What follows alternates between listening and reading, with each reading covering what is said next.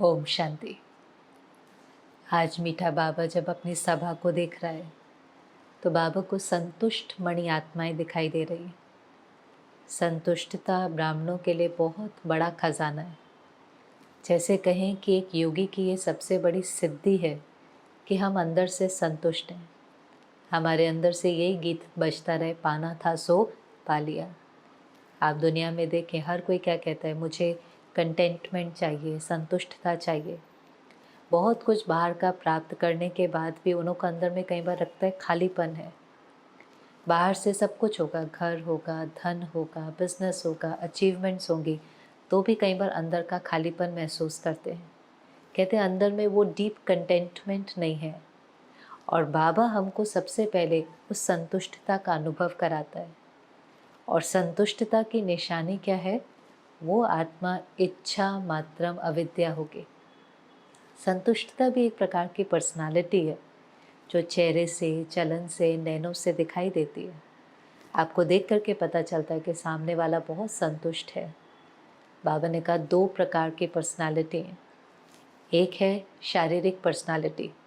किसी को देखकर हम कहते हैं ना, इसकी पर्सनालिटी बहुत अच्छी है, उसका चलना, बैठना, पहनना, बोलने का तरीका। तो एक है बाहर की पर्सनालिटी। आजकल लोग कितने प्रकार के कोर्सेज भी करते हैं पर्सनालिटी डेवलपमेंट के, लेकिन वो बाहर की पर्सनालिटी को डेवलप करते हैं। और दूसरा है श्रेष्ठ पोजीशन की पर्सनालिटी। अब वो पोजीशन कौन सी है? श्रेष्ठ स्थिति की पोजीशन। माना अंदर में जो स्थिति है वो इतनी पावरफुल है और वो पोजीशन की पर्सनालिटी भी चेहरे चलन से दिखाई देती है। और वो पर्सनालिटी कैसे बनती है? जब वो आत्मा अंदर से भरपूर है। वरना संतुष्टता की निशानी है भरपूरता, और असंतुष्टता की निशानी है कि कोई ना कोई प्राप्ति की कमी। अब आज तक हमें जो आत्मा की खुराक थी, शांति, खुशी, प्यार, वो हम बाहर ढूंढते थे। इसलिए हमारी इच्छाएं बहुत ज़्यादा थी। हम चीज़ों में खुशी ढूंढते थे, लोगों में प्यार ढूंढते थे, अलग अलग स्थानों में शांति ढूंढते थे। तो जब हम ये सब बाहर ढूंढते थे तो हमारी इच्छाएं भी बढ़ती थी। एक होता है आवश्यकताएं। वो शरीर की आवश्यकताएं, आपको रोटी चाहिए, कपड़ा चाहिए, ट्रांसपोर्ट चाहिए, कुछ भी चाहिए, उसमें गलत नहीं है। शरीर है तो शरीर निर्वाह कुछ ना कुछ आवश्यकताएं होंगी। लेकिन उन आवश्यकताओं के ऊपर मन की स्थिति डिपेंडेंट नहीं होती। और एक है मुझे ये चाहिए तो खुशी मिलेगी, मुझे ये चाहिए तो मुझे प्यार का अनुभव होगा। वरना जो आत्मा की खुराक है, जो मन की स्थिति है, वो हमारी बाहर चीज़ों पर, साधनों पर, लोगों पर डिपेंडेंट थी। और इसलिए जब अगर हमारी आंतरिक फीलिंग बाहर किसी चीज़ पर डिपेंडेंट होगी तो अंदर में हमेशा क्या होगा? और चाहिए, और चाहिए, और चाहिए। और ये भी जैसे एक प्रकार का एडिक्शन ही हो जाता है ना। अंदर में इतनी डिसकंटेंटमेंट है। जैसे कई लोग शॉपिंग बहुत करते हैं, कई लोग वर्कaholic हो जाते हैं, क्योंकि जब जब कोई अचीवमेंट होती है, कोई टारगेट हुआ, कोई डेडलाइन मीट करी, कोई प्रोजेक्ट कंप्लीट किया, तो उनको एक बहुत अच्छा लगता है। अवार्ड्स मिलते हैं, थोड़ा बहुत एक्नॉलेजमेंट मिलती है, प्रशंसा होती है। तो कोई भी कोई तरीका बाहर का ढूंढ लेता है जिससे वो अपने को अंदर से भर रहा है। और ये सब एडिक्शंस में क्या होता है? एडिक्शंस सिर्फ शराब सिगरेट का ही नहीं होता। कभी कभी चीज़ों का भी एडिक्शन हो जाता है, वर्क का भी एडिक्शन हो जाता है, सेवा का भी एडिक्शन हो सकता है, क्योंकि वो चीज़ हमें कोई ना कोई आंतरिक लेवल पर प्राप्ति करा रही है। अब एडिक्शन के साथ क्या होता है? उसकी डोजेस बढ़ानी पड़ती है। वरना जो चीज़ आपको आज जितनी मात्रा में प्राप्ति करा रही है वो कल नहीं कराएंगी। चाहे वो शॉपिंग भी है, चाहे वो कोई अचीवमेंट भी है, चाहे वो सेवा भी है, तो हमें उसकी जो डोजेज़ हैं वो बढ़ानी पड़ती हैं। और इसे दुनिया में आप देखो, इच्छाएं बढ़ती ही जा रही है, बढ़ती ही जा रही है। क्यों? क्योंकि हम आत्मा की खुराक उन इच्छाओं से ले रहे हैं। लेकिन ब्राह्मण बनने के बाद क्या चेंज हो जाता है? ब्राह्मण का संसार ही एक बाबा है।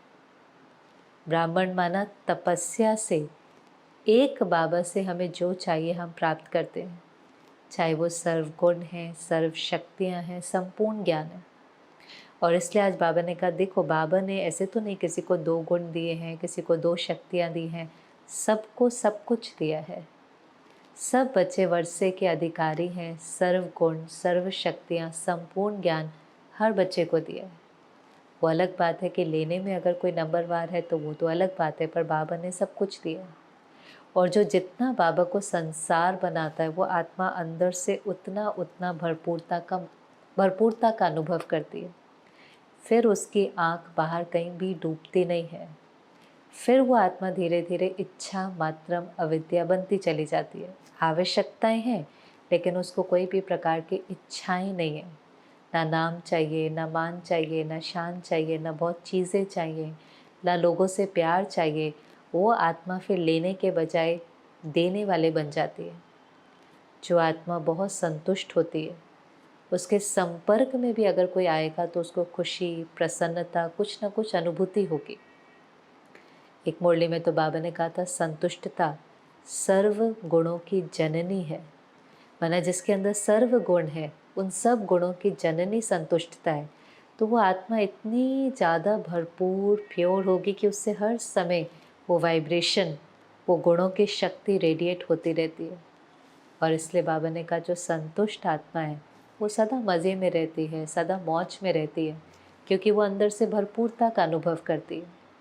अब सब कुछ बताकर बाबा ने कहा, चेक करो, तपस्या तो आप कर रहे हो, लेकिन तपस्या की सिद्धि ही संतुष्टता है। तो देखो वो संतुष्टता मेरे चेहरे में, मेरे नैन में, मेरे चैन में दिखाई देती है।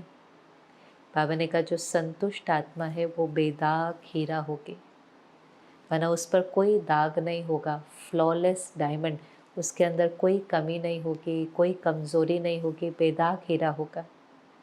फिर दूसरी निशानी जो बाबा ने बताई, पहले संतुष्ट आत्मा भरपूर होगी, लेकिन वो भरपूर आत्मा की जो निशानी बाबा ने बताई कि वो आत्मा प्रसन्नचित्त होगी, प्रश्नचित्त नहीं होगी। प्रश्नचित्त आत्मा क्यों, क्या, वाई, व्हाट में चली जाती है। और पहले भी मुरली में बाबा ने कहा था कि बच्चे डॉट लगाओ, वाई वाई नहीं करो, डॉट लगाओ, फुल स्टॉप। विस्तार में नहीं जाओ, सार में जाओ। लेकिन वो कौन सी आत्मा कर सकती है? जिसको संपूर्ण ज्ञान है, जिसको पता है कि हर सीन एक्यूरेट है, हर सीन कल्याणकारी है, नथिंग न्यू। वो कोई भी सीन देखेगी तो बाबा कहते हैं क्वेश्चन मार्क तो बहुत दूर की बात है। आश्चर्य भी अगर हुआ, शॉक भी हुए कि ऐसे कैसे हो सकता है, तो उसको भी कहेंगे कि जैसे फेल हो गई। इसलिए जो आत्मा के अंदर संपूर्ण ज्ञान है, त्रिकालदर्शी है, आदि मध्य अंत का पता है, ड्रामा के बारे में पता है, तो वो प्रश्नचित्त नहीं होगी। वो आत्मा कैसी होगी? प्रसन्नचित्त होगी। क्वेश्चंस नहीं होंगे, संशय नहीं होगी, निश्चय बुद्धि होगी। और ऐसी आत्मा ही बाबा के मस्तक का मणि बन सकती है। माना ऐसी आत्मा ही बाबा को प्रत्यक्ष करने के निमित्त बन सकती है। तो बाबा ने कहा, अपने को चेक करो, क्योंकि बहुत समय से तपस्या वर्ष हम मना रहे हैं।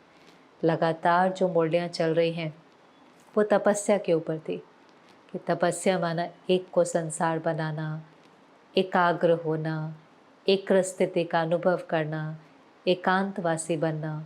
पिछली मुरली में भी बाबा ने कहा, बच्चे तपस्या माना दृढ़ता, अंदर में दृढ़ता भी हो, एकाग्रता भी हो, मुझे हर पेपर में फुल पास होना है।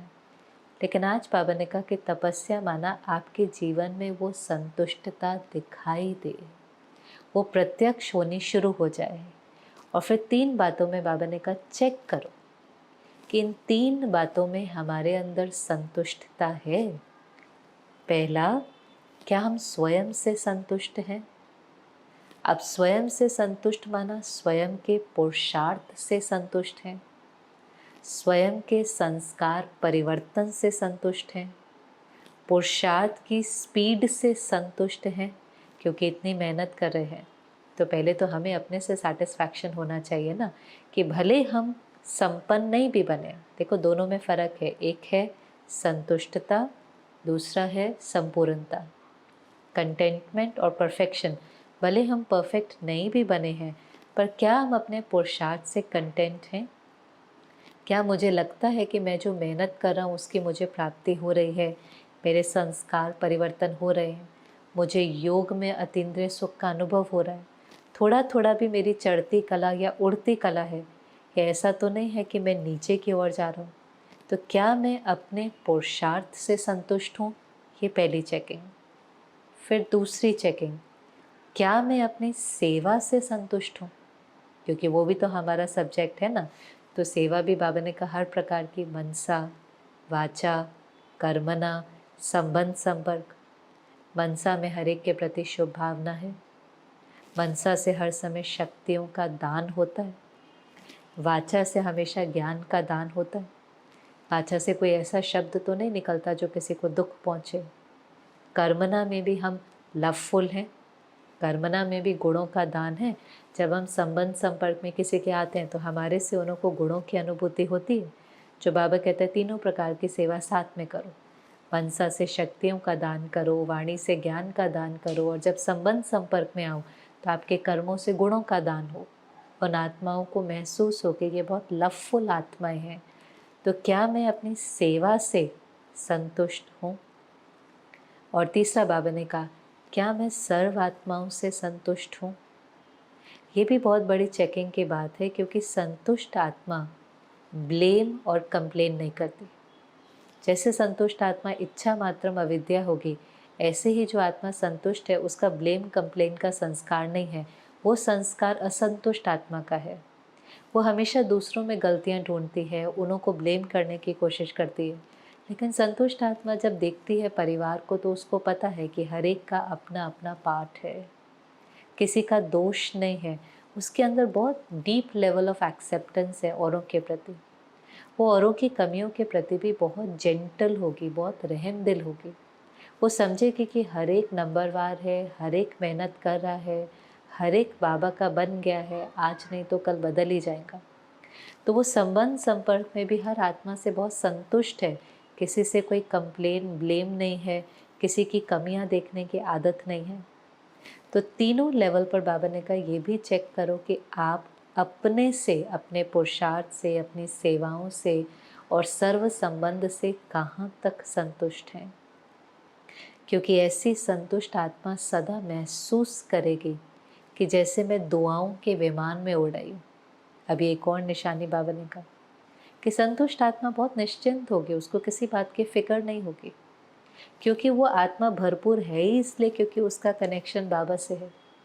और जिससे बाबा का बहुत अटूट कनेक्शन होगा वो आत्मा बहुत बेफिक्र होगी, बहुत निश्चिंत होगी। और इसलिए फिर बार बार जब बाबा कोई भी हमें निशानियाँ भी सुनाता है या कुछ बनने की प्रेरणा देता है तो ब्रह्मा बाबा का चित्र ज़रूर सामने आता है कि ब्रह्मा बाबा कितना निश्चिंत था, कितना संतुष्ट था। बाबा ने बच्चों को सदा आगे किया, खुद हमेशा बैकबोन की तरह पीछे रहा। मैं सब जगह हूँ वो बात नहीं थी, बच्चों को आगे बढ़ाया। निश्चिंत भी बाबा था, चलाने वाला चला रहा है, खिलाने वाला खिला रहा है। बाबा को बस था मुझे बाबा की याद में रहना है, श्रीमत को एक्यूरेट फॉलो करना है, बाकी सब करने वाला शिव बाबा है। इसलिए बेहद के यज्ञ को संभालते हुए, कितना बड़ा यज्ञ था, 300 350 आत्माएं हो, उनकी जिम्मेवारी आपके ऊपर हो। और उस समय बेगरी पार्ट भी चला, लेकिन उस सब के बीच में निश्चिंत, तो कितना एक बल एक भरोसा। और वो एक बल एक भरोसा, एक की याद से ही वो निश्चिंत अवस्था थी। और फिर बाबा ने कहा ऐसी आत्मा महसूस करे कि जैसे मुझे बहुत दुआएं दुआएं हैं, जैसे मैं दुआओं के विमान में उड़ रही हूँ। और नेचुरल सी बात है कि जो आत्मा अंदर से बहुत संतुष्ट होगी उसका फ्रेग्रेंस ऐसा होता है कि वो जिसके भी संपर्क में आएगी तो सामने वाले के दिल से दुआ ज़रूर निकलती है। क्योंकि संतुष्ट आत्मा से हर एक को कुछ ना कुछ प्राप्ति होगी, चाहे शक्ति की, चाहे गुण की, चाहे ज्ञान की, क्योंकि उसको लेने की तो कोई भावना नहीं है, देने की भावना है। तो जो भी उसके संपर्क में आएंगे, जब उनको कुछ मिलेगा तो उन आत्माओं से उसके प्रति दुआएं निकलेंगी। जो पिछली बार बाबा कह रहा था कि ऐसी आत्माओं के प्रति हर एक के दिल से एक नेचुरल गीत निकलता है, धन्यवाद का गीत बजाना नहीं पड़ता, टेप रिकॉर्डर नहीं है, लेकिन वो आत्माएं ऐसी हैं कि उनके प्रति हर एक के दिल में बहुत शुभकामना, शुभ भावना, दुआएं और धन्यवाद के गीत निकलते हैं कि ये और आगे बढ़ें, ये और आगे बढ़ें। लेकिन वो इसलिए क्योंकि उस आत्मा का कनेक्शन एक बाबा से बहुत अटूट कनेक्शन है, और वहाँ से वो आत्मा अपने आप को सर्व प्राप्तियों से सदा भरपूर कर रही है। इसलिए बाबा ने कहा उसको कहेंगे तपस्वी सिद्धि स्वरूप। माना उस आत्मा ने तपस्या से सर्व सिद्धियां प्राप्त कर ली, और ये कोई अल्पकाल की सिद्धि नहीं है। तपस्या से कई लोग अल्पकाल की सिद्धियां प्राप्त करते हैं। अब वो अल्पकाल की सिद्धि क्या होगी? जो माना चलते ट्रक को कोई रोक लेता है, कोई हवा पर चल सकता है, कोई पानी पर चल सकता है, पर हम उन सिद्धियों को प्राप्त करने की कोशिश नहीं करते। सदा काल की सिद्धि, और वो सदा काल की सिद्धि क्या है? स्वराज्य अधिकारी बनना। माना हमारा मन, हमारी बुद्धि, हमारे संस्कार, हमारी कर्मेंद्रियां हमारे ऑर्डर से चलती। एक है बाहर किसी चीज़ को ऑर्डर से चलाना, ट्रक को रोक देना, और एक है अपने मन को ऑर्डर से चलाना, अपनी कर्मेंद्रियों को ऑर्डर से चलाना। तो हमारी कोई अल्पकाल की सिद्धि नहीं है, लेकिन क्योंकि हमारा ज्ञान ही अविनाशी है, बाबा अविनाशी है, प्राप्तियां अविनाशी हैं, तो जो सिद्धियां हैं वो भी अल्पकाल की नहीं है, सदा काल की। और ये सदा काल की सिद्धि हमारे साथ 21 जन्म तक चलती हैं। इस पर भी बाबा ने पूरी मुरली चलाई थी कि हमारी जो सिद्धियां हैं उसकी जो फाउंडेशन है वो सत्य के ऊपर है, पवित्रता है, एक बाबा दूसरा ना कोई है। तो सत्य ज्ञान, सत्य बाप से मिली हुई अविनाशी प्राप्तियां हैं, अल्पकाल की प्राप्तियां नहीं हैं। तो जैसे आज बाबा चेकिंग करा रहा था कि बच्चे तपस्या वर्ष में आप तपस्या तो कर रहे हो। कोई कहता है मैं 4 घंटे योग कर रहा हूँ, कोई कहता है मैं 8 घंटे योग कर रहा हूँ। तो बाबा ने कहा बहुत अच्छा है, बाबा भी उस चीज़ की मुबारक देता है। मेहनत कर रहे हैं, उमंग उत्साह है, वो तो बहुत अच्छा है, लेकिन अगर लक्ष्य है तो लक्षण भी दिखाई देना चाहिए। योग विधि है और उससे होने वाली प्राप्ति संतुष्टता है। अब ये हमें भी अपने जीवन में चेक करना है। हम रोज़ मुरली भी सुनते हैं, हम कहते हैं हम योग भी करते हैं, हम सब याद का चार्ट भी रखते हैं, फिर हमारे अंदर में कोई प्रकार का खालीपन नहीं होना चाहिए। हमें किसी चीज़ की आकर्षण नहीं होनी चाहिए, हमें किसी चीज़ की इच्छा नहीं होनी चाहिए। वास्तव में तो हमें सेवा की भी इच्छा नहीं होनी चाहिए। ये भी कहना कि मेरी दिल होती है कि बाबा मेरे इस स्किल को कार्य में लगाए, इस टैलेंट को कार्य में लगाए, नहीं। मैं अपने को ऐसा इंस्ट्रूमेंट बनाकर तैयार रखूं। वो जाने जाननहार है, भगवान है, ऑलमाइटी अथॉरिटी है। अगर इंस्ट्रूमेंट अच्छा होगा तो बाबा क्यों नहीं उसको यूज़ करेगा। तो ये इच्छा भी रखना कि बाबा मुझे यूज़ करे, नहीं, मैं अपने को तैयार करूं। फिर बाबा को कैसे, कब, कहाँ मुझे यूज़ करना है वो बाबा की मर्जी है। उसमें भी मेरी चाहना नहीं होनी चाहिए, वो भी मेरी इच्छा नहीं होनी चाहिए।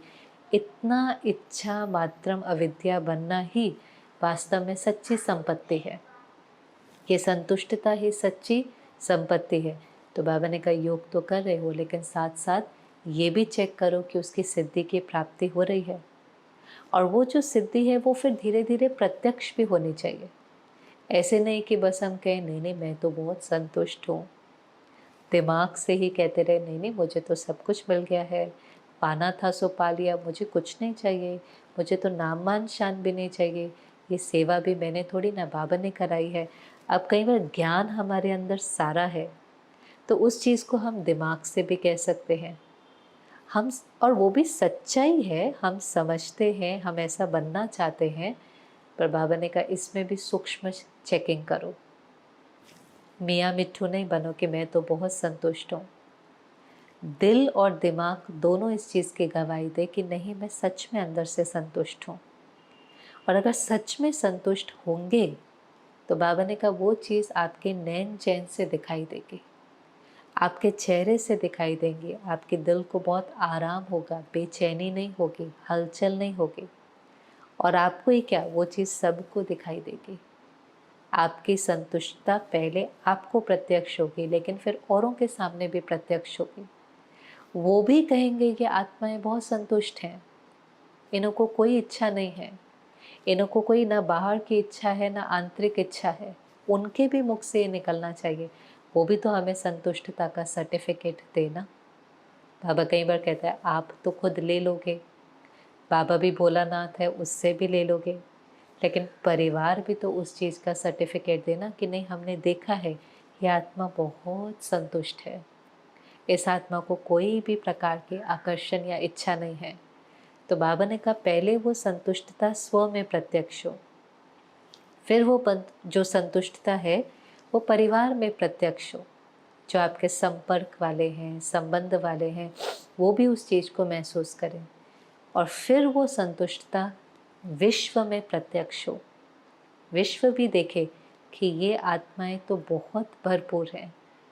जिस समय सब तरफ डिज़ायर्स, इच्छाएं, लोभ, चाहिए चाहिए, उसमें ये ऐसे फरिश्ते हैं जो बहुत ही संतुष्ट हैं। तो फिर वो जो संतुष्टता है वो विश्व के आगे प्रत्यक्ष होगी।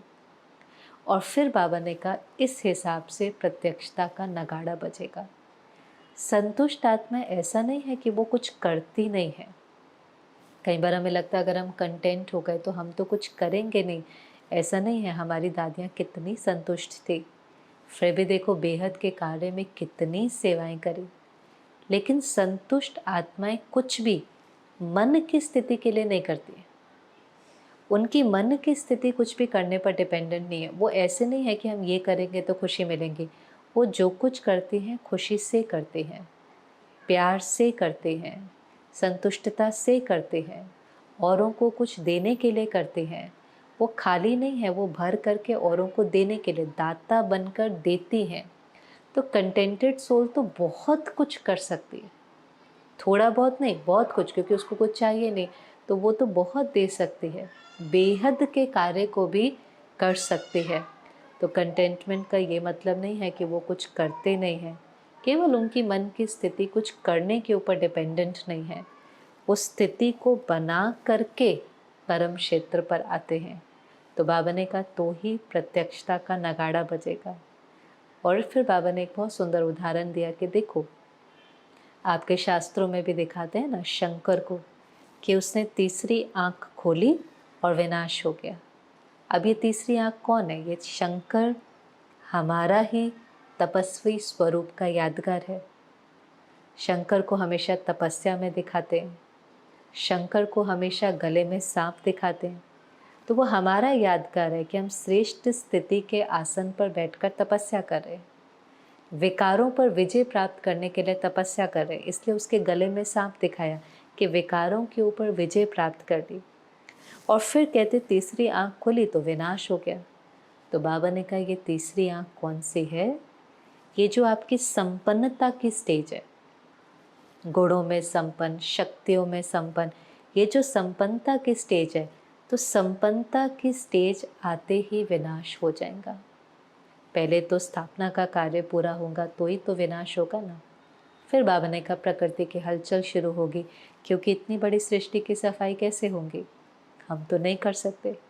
फिर जो प्रकृति के 5 तत्व हैं, चाहे वायु है, समुद्र है, इसकी मदद से ही तो प्रकृति की सफाई होगी ना। पर बहुत सुंदर बात बाबा ने कही कि जब सारा संगठन संपन्न बन जाएगा और एक ही संकल्प होगा परिवर्तन, तो प्रकृति आपका ऑर्डर मानेगी और फिर विनाश की प्रतिक्रिया शुरू होगी। लेकिन पहले सारे संगठन का एक संकल्प होना चाहिए, परिवर्तन। तो बाबा ने कहा प्रकृति आपका ऑर्डर बाद में मानेगी, पहले तो आपकी कर्मेंद्रियां आपका ऑर्डर मानती हैं। स्वराज्य अधिकारी बने, पहले तो माया जीत बनेंगे तो प्रकृति जीत बनेंगे ना। अभी अगर हमारी कर्मेंद्री हमारा ऑर्डर नहीं मानती, पूरी पिछली मुरली याद करो, पिछले संडे की। बाबा ने कहा दरबार लगाओ, देखो आपके जो सहयोगी हैं, कर्मेंद्री हैं, आपका ऑर्डर मानते हैं। आपके मन, बुद्धि, संस्कार, आँखें, कान, हाथ आपके ऑर्डर से चलते हैं। जब ये आपके ऑर्डर से चलेंगे तो फिर जब प्रकृति को भी ऑर्डर करेंगे तो वो भी आपका ऑर्डर मानेंगे। जैसे बाबा ने कहा वर्ल्ड पीस के लिए कैसे आप एक समय निश्चित करते हो, करते ना हम कई बार, 3rd संडे है, इंटरनेशनल योग है, एक ही समय पर सब मिलकर के एक ही संकल्प कि हमें विश्व को शांति का दान देना है। तो उस चीज़ का कैसे प्रभाव पड़ता है, क्योंकि संगठन का बल है। दुनिया में भी कहते हैं कि कलेक्टिव कॉन्शियसनेस, माना थोड़ी सी आत्माओं की भी अगर कॉन्शियसनेस एक हो जाती है तो विश्व में एक बहुत बड़ा परिवर्तन आ जाता है, क्योंकि संकल्प से तो सृष्टि होगी ना। तो जब थोड़ी सी आत्माएं भी संपन्न बनेंगी और उन सब का एक संकल्प होगा परिवर्तन, तब वो परिवर्तन की प्रतिक्रिया शुरू हो जाएंगी। फिर तो बाबा के सामने विदेशी का ग्रुप बैठा हुआ है। तो बाबा ने कहा विदेशियों को देख करके बाबा बहुत खुश होता है, और सिर्फ विदेशियों को नहीं, बाबा ने कहा भारतवासी को भी देखकर बहुत खुश होता है। लेकिन टर्न क्योंकि विदेशियों का है, तो जो बाबा के सामने बैठा होता है बाबा तो उसको मुबारक भी देता है, उमंग उत्साह भी बढ़ाता है, स्वमान भी बढ़ाता है। और फिर बाबा ने कहा देखो अभी विदेशी थोड़ी ना रहे, अभी तो भारतवासी बन गए, और भारतवासी भी नहीं, मधुबन निवासी ही बन गए हैं। और बहुत सुंदर बात फिर बाबा ने कही देखो अभी तो फिर भी सेवा के लिए आपको जाना पड़ता है, फिर ऐसा समय आएगा कि बिल्कुल मधुबन निवासी बन जाएंगे, जाने की भी आवश्यकता नहीं होगी। स्थान तो ले ही लिया है, बड़ा ग्राउंड है, अभी 91 की मुरली है, तो बाबा पीस पार्क के लिए कह रहा है। पीस पार्क कितना बड़ा मैदान है। बाबा ने कहा वहाँ तैयारी कर देंगे, फिर आपको जाने की भी आवश्यकता नहीं है। और फिर जैसे बाबा दूर का देख सके कि वो समय कैसा होगा, तो बाबा ने कहा बहुत तैयारी करने की भी ज़रूरत नहीं है। उस समय तो अपनी अटैची कोई तकिया बना करके सो जाएंगे। उस समय ये संकल्प भी नहीं होगा कि हमें खटिया मिले। और मैं सोच रही थी जैसे बाबा को सारा ड्रामा पता है, बीच बीच में बाबा को जैसे भविष्य दिखाई भी देता है, बाबा थोड़ी सी हिंट भी देता है, लेकिन ड्रामा में कोई भी सीन बताने का तो पार्ट ही नहीं है। पर इतना बाबा बताता है कि देखो ऐसा भी समय आएगा कि तब हम कहेंगे खटिया भी नहीं चाहिए, बस हम मधुबन में रह सके, मधुबन निवासी बन सके, बाबा की छत्र छाया में रह सके, उसके अंदर भी हम सेफ्टी और सिक्योरिटी की फील करेंगे। पर वो समय भी जब आएगा तब आएगा, लेकिन तब तक बाबा ने कहा देखो हर एक को सेवा तो करनी है, विदेश की भी सेवा करनी है, भारत की भी सेवा करनी है, और तीनों प्रकार की सेवा साथ में करनी है। जो पहले भी सुना है, मनसा वाचा कर्मणा। मनसा से शक्तियों का दान, वाचा से ज्ञान का दान, और कर्मणा से गुणों का दान। और फिर एक और बात बाबा ने विदेशियों की बहुत सुंदर सुनाई कि देखो आते हैं, फिर जब जाते हैं तो अब सब तो संपन्न इतने नहीं हैं, और विदेश से आना जाना भी कोई इतना सस्ता नहीं है। कहीं कहीं स्थानों पर तो टिकट ही बहुत महंगी है। और अगर कोई बहुत संपन्न नहीं है तो बाबा ने कहा जाते ही टिकट का पैसा जोड़ना शुरू कर देते हैं। तो अंदर में स्मृति क्या होती है, जाना है जाना है जाना है, इसलिए जोड़ना है। तो बहुत सुंदर बाबा ने कहा ये भी याद की बहुत अच्छी विधि है। अब कोई अंदर में इसको ले, अरे मेरे पास तो इतना है नहीं, मैं तो इतना संपन्न नहीं हूँ, मैं कैसे मधुबन जा पाऊँगा। पर उसी सीन को बाबा कितनी श्रेष्ठ विधि से लेता है, ये भी तो सोचने का तरीका है ना, कि वो भी बाबा ने कहा देखो कितना सुंदर याद की विधि है, कि हर बार आपको याद आता है कि मुझे जोड़ना है, मुझे बचाना है, क्योंकि मुझे इस वर्ष वापस मधुबन बाबा से मिलन मनाने के लिए जाना है। तो एक तरह से वो भी हमारी बुद्धि बाबा से जुड़ी रहती है। तो इस प्रकार से बाबा ने बहुत बल भी बढ़ा और कहा कि बहुत हिम्मत है, और बाबा सेवाएं देख करके भी बहुत खुश होता है। फिर लास्ट में तो पार्टी, एक ही पार्टी के साथ छोटी सी मुलाकात थी। तो उस मुलाकात में बाबा ने उनसे पूछा आप होली हंस हैं, और होली हंस की क्या विशेषताएं। तो ज़रूर सबने अलग अलग विशेषताएं सुनाई। जैसे हम भी अगर शब्द सुने होली हंस तो लगता है निर्णय शक्ति होगी, प्योर होंगे, हंस बुद्धि है, परखने की शक्ति होगी। तो सब ने अलग अलग विशेषताएं सुनाई। फिर बाबा ने कहा जो विशेषताएं आपने सुनाई वो आपके प्रैक्टिकल जीवन में भी है। निर्णय शक्ति, परखने की शक्ति, ये शक्तियाँ प्रैक्टिकल जीवन में भी हैं। क्योंकि जो आत्मा सर्वशक्ति संपन्न होगी वो कभी नहीं कह सकती कि ये बात बहुत मुश्किल है। ये निशानी बाबा ने बताई। जैसे कमज़ोर आत्मा है, शरीर से भी कोई कमज़ोर होगा तो उसको हर चीज़ में मेहनत लगती है। थोड़ा सा भी कोई सामान उठाना होगा मेहनत, चलने में मेहनत, झुकने में मेहनत, शरीर से कमज़ोर है। ऐसे जो मन से कमज़ोर होगा, छोटी सी बात आएंगी मेहनत, मुश्किल का अनुभव होगा। लेकिन जो शक्तिशाली आत्मा है उसको कभी भी मुश्किल शब्द नहीं। बाबा ने कहा ब्राह्मणों की डिक्शनरी में मुश्किल शब्द ही नहीं है। तो ये भी हमें चेक करना है। लेकिन अगर कमज़ोर आत्मा है तो छोटी भी बात आती है लेकिन उसको बड़ा कर देते हैं। और बड़ा क्यों कर देते हैं? क्योंकि फीलिंग में आ जाते हैं। किसी ने कुछ कह दिया, किसी ने गाली दे दी, किसी ने निंदा कर दी, किसी ने कोई बड़ी बात ही आ गई, सिचुएशन आ गई, तो फील कर जाते हैं। फीलिंग का फ्लू आ जाता है। अब हमें भी पता है कोई वायरस वाला फ्लू भी हो तो कैसे एकदम शरीर कमज़ोर हो जाता है। ऐसे जब फीलिंग का फ्लू आता है तो अंदर में कमज़ोरी आ जाती है, फिर फेल हो जाते हैं। तो फीलिंग आने से फेल हो जाते हैं। पर बाबा कहता है नहीं बच्चे, आपको फुल पास होना है। बाबा ने ज्ञान दिया ही इसलिए है कि पास विद ऑनर बनना है। लगातार बाबा मुरलियों में कह रहे हैं बाबा के पास रहना है, परिस्थिति को पार करना है और पास विद ऑनर बन करके ही दिखाना है। ये अंदर में दृढ़ संकल्प हो कि मुझे हर पेपर में फुल पास होना ही है। जब मुझे ड्रामा का हर राज पता है तो मैं क्यों नाराज़ हूँ? चाहे कितनी भी बड़ी बात हो, उसमें ज़रूरी है कि मैं साक्षीपन की सीट पर सेट हूँ, तो कभी अपसेट नहीं होंगे। मैं रिएक्ट नहीं करूँ, मैं साक्षी होकर के वो सीन देखूँ और पूछूँ बाबा ने मुझे इतने ज्ञान से इस सीन को कैसे फेस करने के लिए कहा है, क्या समझती है? ब्रह्मा बाबा ने ये सीन कैसे फेस करी थी? ऐसे प्रैक्टिस करते करते हर सीन में फुल पास हो जाएंगे। फिर तो लास्ट में बाबा ने बस यूके वालों को कहा कि बाबा की यूके वालों से एक आश रहती है। और क्या आश बाबा ने सुनाई? कि वो बड़े बड़े माइक लेकर के आए। अब माइक किसको कहेंगे? ऐसी आत्माएं जो लौकिक दुनिया में किसी बड़ी पोजीशन पर है। जैसे कोई एक्टर होता है, पॉलिटिशियन होता है, कोई जूरिस्ट होता है, जज होता है। वो जब कोई बात कहते हैं तो बहुत लोग उनकी बातों पर सहज ही विश्वास कर लेते हैं, उनकी फॉलोइंग होती है। वो समझते नहीं ये कह रहे हैं ना तो ज़रूर इस बात में कुछ सच्चाई होगी। तो बाबा ने कहा ऐसे ऐसे माइक तैयार करे, किए भी हैं, लेकिन एक है कोई संपर्क में आता है और एक है कोई समीप आ जाता है। संपर्क में तो बहुत सारे बड़े बड़े विशिष्ट व्यक्ति आते हैं, लेकिन एक है संपर्क में आए, एक है सहयोगी बन जाए, परिवार के समीप आ जाए। और वो फिर जब स्टेज पर आकर कहेंगे कि नहीं, कि सत्य सुनाते हैं, इसी ज्ञान से संस्कार परिवर्तन हो सकते हैं, या कोई भी ज्ञान की बात वो कहते हैं, तो उससे बाबा ने कहा फिर प्रत्यक्षता सहज ही हो जाती।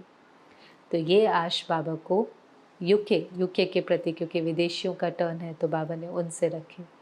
ताकि तो बाबा ने कहा सभी बहुत अच्छी सेवा कर रहे हैं और बाबा सबको बहुत मुबारक देता है। लेकिन जो मुरली का सार था, जो एसेंस था, कि बच्चे अंदर में चेक करो हम कहाँ तक संतुष्ट हैं। ये बहुत ब्यूटीफुल फीलिंग है। मुझे याद आ रहा था कि जब बेगरी पाठ पूरा हुआ और फिर धीरे धीरे दादियाँ सेवाओं पर निकली, तो संतरी दादी अपना अनुभव सुनाती थी कि बाबा ने उनको भी कहीं सेवा पर भेजा। और ये सब दादियाँ बहुत संपन्न परिवारों से थी, जिन्होंने अपने जीवन में पहले कोई काम नहीं किया था, कितने नौकर चाकर थे। और जब बाबा ने सेवा पर भेजा तो कोई स्थान तो थे नहीं, कोई किसी घाट के पास, कोई धर्मशाला में, कोई किसी के घर पर रह कर के सेवाएं कर रहे थे। तो संतरी दादी के साथ भी कोई एक और बहन थी, और मुझे बहुत ध्यान नहीं, लेकिन वो भी कहीं पर सेवा करने के लिए गए थे। और वहाँ से उन्होंने अपनी माता जी को पत्र लिखा था कि मैं नमक से रोटी खा रही हूँ, लेकिन मैं अंदर से बहुत संतुष्ट हूँ। और वो जो दिल का पत्र उनकी माँ को गया, तो उसको भी ये महसूस हुआ कि सच में भले कोई साधन की कमी हो सकती है, लेकिन इस पत्र से समझ में आता है कि मेरी बेटी अंदर से बहुत संतुष्ट है, बहुत खुश है। तो संतुष्ट आत्मा भले बाहर सब परफेक्ट ना भी हो सकता है कोई साधन की कमी है, कोई स्थान थोड़ा ठीक नहीं है, कोई कंफर्ट नहीं है, लेकिन फिर भी वो अंदर से बहुत भरपूर है। और वो चीज़ बाबा ने कहा दिखाई देगी। वो चीज़ उसके चेहरे से, उसके चलन से, उसके नैनों से, उसकी सूरत से वो चीज़ दिखाई देंगी। तो हम भी अंदर में लक्ष्य रखें कि इतनी अपनी तपस्या बढ़ा दें, इतना हम अपने को बाबा की सर्व शक्तियों से, गुणों से इतना भरपूर कर दें कि हमारे दिल की गहराई से, दिमाग से नहीं, लेकिन हमारे दिल से निकले कि बस अब इस पुरानी दुनिया में हमें कुछ नहीं चाहिए, पाना था सो पा लिया। जो जिस चीज़ की हमें खोज थी, वो पार में रहने वाला, ब्रह्म में रहने वाला जो भगवान हमको चाहिए था, वो मिल गया, और बाकी कुछ नहीं चाहिए। तो ये सर्टिफिकेट बाबा को जैसे हमसे चाहिए। ओम शांति।